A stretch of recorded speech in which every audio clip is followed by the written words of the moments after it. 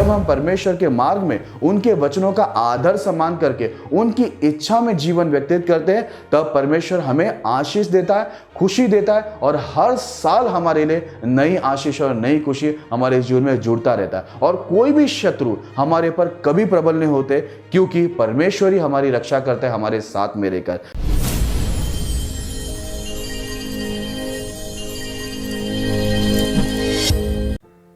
जय मसीह की। आज का हमारा विषय है नए वर्ष में आशीष कैसे पाए, how to obtain blessings in the new year. आइए हम लोग इस विषय के लिए प्रार्थना करें ताकि पवित्र आत्मा हमारी मदद करे। खुदावंद यीशु मसीह, हम धन्यवाद देते हैं इस विषय के लिए। इस विषय को आप आशीष करें प्रभु। पवित्र आत्मा में आपके दास को एक्सप्लेन करने में मदद करें। सुनने वाले सभी आपके जनों को इन वचनों के द्वारा आप आशीष करें। लॉर्ड, आप करेंगे। धन्यवाद देते हैं। प्रार्थना प्रभु यीशु के नाम में करते हैं, आमीन। मेरे प्रिय भाई बहनों, इससे पहले कि मैं संदेश में जाऊं, आपसे विनती करना चाहूँगा, आप हमारे बेहतर प्रार्थना भवन इस चैनल को सब्सक्राइब करें ताकि हमारे सारे वीडियोस आप तक पहुंच सके और आपकी आत्मिक उन्नति होती रहे। यदि आपका कोई सवाल है, आप कमेंट कीजिए, हम आपके सारे सवालों का जवाब को ज़रूर देंगे। आप हमारे वीडियोस को लाइक करें, शेयर करें ताकि परमेश्वर का राज बढ़े और शैतान का राज नष्ट हो। मेरे प्रिय भाई बहनों, जैसे कि आज का हमारा विषय है नए वर्ष में आशीष कैसे पाए। आज हम लोग बाइबल से देखेंगे और सीखेंगे कि नए वर्ष के अंदर हम लोग कैसे परमेश्वर से आशीषों को प्राप्त कर सकते हैं। मेरे प्रिय भाई बहनों, हर एक इंसान ये चाहता है कि नया साल में उसके जीवन के अंदर सब कुछ नया हो जाए और नई नई आशीष उनको मिले। क्योंकि पिछले साल के अंदर यदि हमारे जीवन के अंदर बहुत दुख थे, तकलीफ थे, परेशानी थे, गरीबी थे, टेंशन थे, कर्जा था, तो हर इंसान ये चाहता है कि उस सब बातों से वो छूट जाए और नया साल के अंदर उसके जीवन के अंदर नई आशीष आए, नया बदलावट आए। मेरे प्रिय भाई बहनों, बाइबल ये सारे विषय में हमको सिखाती है और बताती है कि किस प्रकार हम लोग नए साल के अंदर जाते हुए परमेश्वर की आशीष को प्राप्त कर सकते हैं। मैं एक वचन को पढ़ूंगा और फिर हम लोग आगे बढ़ेंगे। दूसरा इतिहास 24 अध्याय 23 और 24 वचन। नए वर्ष के लगते अरामियों की सेना ने उस पर चढ़ाई की और यहूदा और यरूशलेम आकर प्रजा में से सब हाकिमों को नष्ट किया और उनका सब धन लूटकर दमिश्क के राजा के पास भेजा। अरामियों की सेना थोड़े ही सैनिकों के साथ हो आई, परंतु यहोवा ने एक बहुत बड़ी सेना उनके हाथ कर दी, क्योंकि उन्होंने अपने पितरों के परमेश्वर को त्याग दिया था। इस प्रकार योआश को भी उन्होंने दंड दिया। मेरे प्रिय भाई बहनों, जैसे कि आप लोग जानते हैं कि योआश राजा यहूदा का राजा था और मात्र वो 7 वर्ष का था उस समय वो राजा बना। मेरे प्रिय भाई बहनों, 40 वर्ष तक वो परमेश्वर के रास्ते पर बरोबर चलता रहा और ये 40 वर्ष उसके लिए बड़ी आशीष और आनंद और खुशी का कारण था, क्योंकि वो परमेश्वर के नियमों को भय मानकर परमेश्वर की इच्छा पर वो चलता था। मेरे प्रिय भाई बहनों, ये 40 वर्ष हर साल जितने भी साल आते गए, ये 40 वर्ष उसके लिए नए नए आनंद और नई खुशी उसके जीवन में जुड़ता था, क्योंकि वो परमेश्वर की इच्छा को ही हर साल पालन करता था। लेकिन ऐसा भी एक मोड़ आया जब उसको जो गाइड करने वाला, उसको जो अगुवाई करने वाला याजक जब मर गया, तब उसको दूसरे लोग परमेश्वर के विरुद्ध में उसकी अगुवाई करने लगे और उसने इस बातों को मान लिया। जो उसको सम्मति दिया था, उस बातों को मानने से वो परमेश्वर के विरुद्ध में चला गया। मेरे प्रिय भाई बहनों, जैसे ही वो परमेश्वर के वचन के विरुद्ध में चला गया, हम लोग देखते हैं कि नए वर्ष लगते ही उसके जीवन के अंदर एक तकलीफ आ रहा है। जैसे कि अभी हमने वचन पढ़ा कि नए वर्ष लगते ही आरामी सेना आकर यहूदा के ऊपर हमला करता है और उनको सब प्रकार से नुकसान पहुंचाता है। उनके प्रजा के हाकिमों को वो लोग मार देते हैं और इसे भी वो लोग दंड देते, यानी योआश राजा को भी वो दंड देते और वहां के सारे धन को लूट के लेके जाते हैं। इस कहानी को आप अच्छी रीति से समझ लेना। मेरे प्रिय भाई बहन, ये 40 वर्ष, जब वो 7 वर्ष का था तब वो राजा बना और वहां से लेके 40 वर्ष तक हर साल उसने परमेश्वर के नियमों का पालन किया।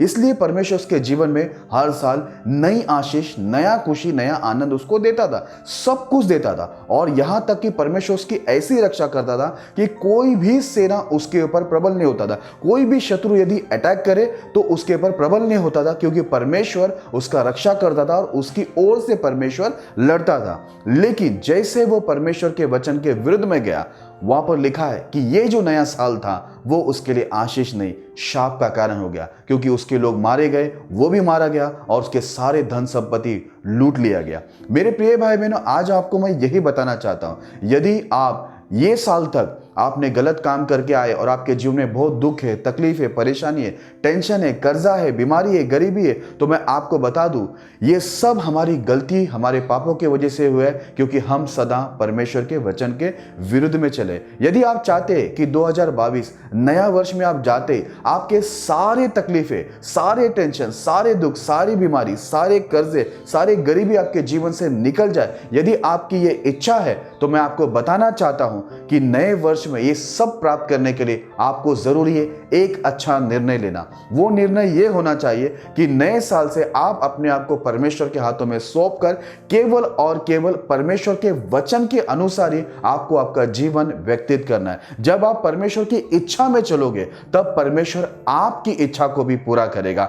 जब आप परमेश्वर की इच्छा में चलोगे, तो आपके जीवन के अंदर हर साल नई आशीष आएंगे, नई खुशी प्रभु जोड़ेगा और परमेश्वर शत्रुओं से आपकी रक्षा भी करेगा। आप जब बाइबल को पढ़ोगे, तो बाइबल के अंदर आहाब राजा जो इजराइल का राजा था, उस समय भी कुछ शत्रु लोग ने उनके ऊपर हमला किए थे। सैनिक लोग 1,27,000 सैनिक थे, लेकिन हम लोग वहां पर देखते हैं कि परमेश्वर ने इजराइल की ओर से लड़ाई किया और 1,27,000 सेना को परमेश्वर ने मार के गिरा दिया। मेरे प्रिय भाई बहनों, यदि परमेश्वर हमारे साथ में है, तो चाहे कोई भी तकलीफ, कोई भी दुख, कोई भी परेशानी, कोई भी शत्रु अगर आपके ऊपर अटैक करते हैं, तो परमेश्वर आपकी ओर से लड़कर आपकी रक्षा करेगा और शत्रु को परमेश्वर हरा देगा और हर साल आपके लिए आनंद और आशीष होगा। इसलिए मेरे प्रिय भाई बहनों, मैं आपको साफ रीति पर यही बताना चाहता हूं, जो साल हमारे जीवन में नया नया आ रहा है, आप हर साल परमेश्वर की आज्ञा को पालन करो, तो हर साल आपके लिए आशीष और आनंद होगा। लेकिन जो साल में आप परमेश्वर का अनादर करते हो, प्रभु के एक भी नियमों को तोड़ देते हो, तो मैं आपको बता दूं, आपको वो साल आशीष नहीं, लेकिन आपका आशीष शाप में बदल जाएंगे। आपका जो तकलीफ गए साल था, उससे भी ज्यादा तकलीफ आपके जीवन में आ सकता है, यदि आप परमेश्वर के मार्ग में स्थिर नहीं होते, सिद्ध नहीं होते और प्रभु की इच्छा को आप पालन नहीं करते। तो आने वाला साल, नया साल में आप आशा तो रखे होंगे कि मेरा ये नया साल में मुझे नई आशीष, नई खुशी मिलेगी, लेकिन आपकी आशा पूरी नहीं होगी, लेकिन उल्टा ही हो जाएगा। आपका दुख, आपकी तकलीफ, आपकी परेशानी बढ़ जाएगा। जैसे योआश ने भी यही सोचा कि 40 वर्ष में तो हर साल प्रभु मुझे आशीष ही दिया, खुशी ही दिया और सब शत्रु से बचाया, ये साल भी मेरे लिए आशीष होगा, खुशी होगा, प्रभु शत्रु से बचाएगा। लेकिन वैसा नहीं हुआ, क्योंकि वो साल उसने परमेश्वर को त्याग दिया। लिखा है उसी साल में परमेश्वर ने उसके जीवन के अंदर तकलीफ जोड़ दिया। यहां तक कि आरामी जो सेना आए थे, वो बहुत छोटी सेना थी, लेकिन यहूदा का सेना बड़ा था। फिर भी यहूदा का सेना को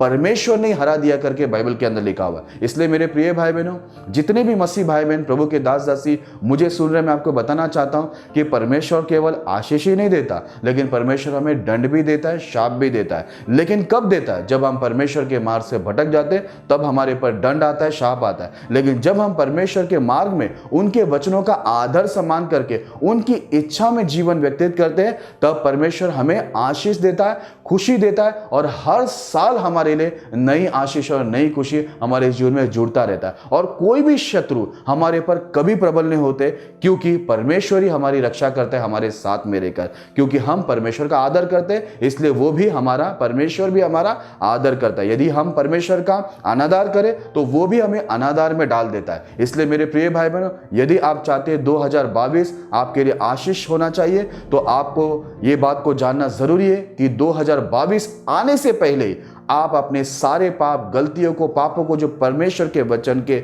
विरुद्ध में, उसे आप छोड़ दीजिए और परमेश्वर के अधीन हो जाए, उनके वचन के अधीन हो जाए, उनके सारे वचनों को पालन कीजिए, एक भी वचन को मत तोड़िए। तो देखिए, ये नया साल में आपका सब तकलीफ, चाहे बीमारी हो, कर्जा हो, गरीबी हो, कोई भी तकलीफ क्यों ना हो, आपके जीवन से वो चला जाएगा और नए साल में परमेश्वर आपको बहुत से नई आशीष, नई खुशी आपको जीवन में जोड़ के देगा। बाइबल के अंदर एक वचन लिखा है, मैं उसे पढ़ूंगा और फिर संदेश को समाप्त करूंगा। याकूब उसका 4 अध्याय 7 वचन। इसलिए परमेश्वर के अधीन हो जाओ और शैतान का सामना करो, तो वह तुम्हारे पास से भाग निकलेगा। मेरे प्रिय भाई बहनों, इस वचन के अंदर लिखा हुआ है, इसलिए परमेश्वर के अधीन हो जाओ और शैतान का सामना करो, तो वो तुम्हारे पास से भाग निकलेगा। कई बार हम लोग शैतान का सामना करते हैं। हमारे जीवन में जितने भी दुख, तकलीफें, परेशानी, गरीबी, बीमारियां, कर्जा, जितने भी टेंशन हमारे जीवन में आते हैं, इसके पीछे शैतान का हाथ होता है। कई बार शैतान जो हालात, जो स्थिति हमारे जीवन में खड़ा करता है, हम लोग उस हालात का सामना करने की कोशिश करते हैं बिना परमेश्वर की सामर्थ का। इस वजह से हम लोग क्या होते हैं, हम लोग अकेला पड़ने की वजह से शैतान हम पर हावी होता है और हम लोग को कई प्रकार के तकलीफों के अंदर हम लोग को डालकर दबाता है। मेरे प्रिय भाई बहनों, यहाँ पर बाइबल के अंदर लिखा हुआ है, इसलिए परमेश्वर के अधीन हो जाओ, फिर शैतान का सामना करो तो वो तुम्हारे पास से भाग जाएगा। कई बार हम लोग बिना परमेश्वर का शैतान का सामना करने जाते हैं तो वो हमारे पास से भागता नहीं है, पर वो और ज़्यादा हमारे जीवन के अंदर तकलीफ खड़ा करता है। तो मैं आपको बताना चाहता हूँ, इसका मतलब ये है कि कई बार अनजाने में या जानबूझकर हम लोग परमेश्वर के ऐसे कई आज्ञा, कई वचन ऐसे होते हैं जिसके अधीन में हम लोग नहीं रहते। हालांकि हम लोग चर्च में जाते हैं, प्रार्थना करते हैं, बाइबल पढ़ते हैं, आराधना कर लेते हैं, कई बार हम दूसरे को सुसमाचार भी बांटते हैं, लेकिन परमेश्वर की इच्छा इतना ही नहीं है कि हम लोग सिर्फ इतना ही काम करें और ये सब चीज़ों से हम लोग पूरी तरह से धार्मिक हो जाते, ऐसा भी नहीं है। लेकिन यदि हम लोग को पूरा धार्मिक होना है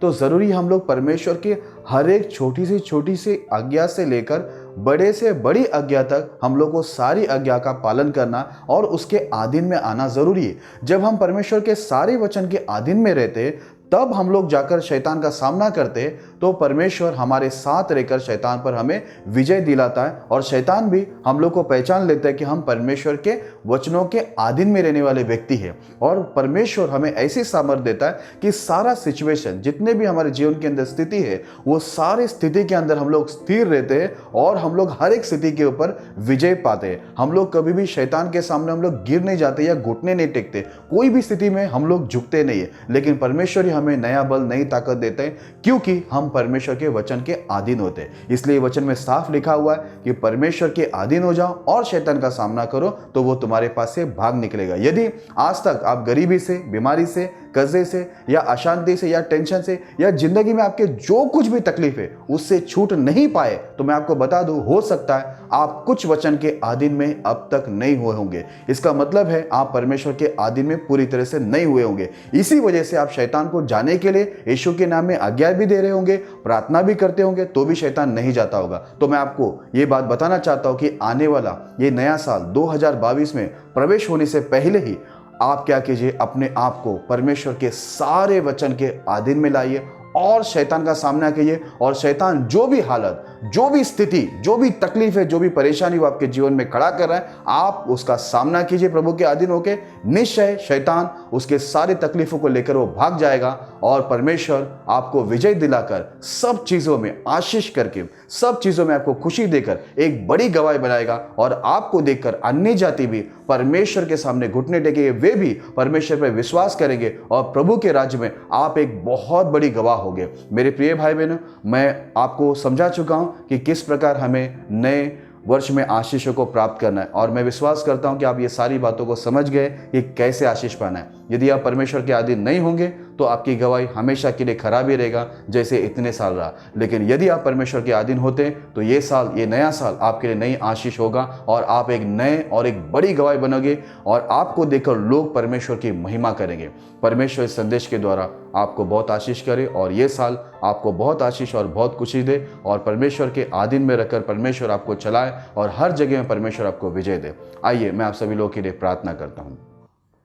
खुदावंद यीशु मसीह, मैं धन्यवाद देता हूँ परमेश्वर, इतने साल आपने हमें चलाया। प्रभु मैं प्रार्थना करता प्रभु, यदि गए सालों में हमसे कुछ भी गलती, पाप, अपराध हुए तो हम सभी को क्षमा करना प्रभु।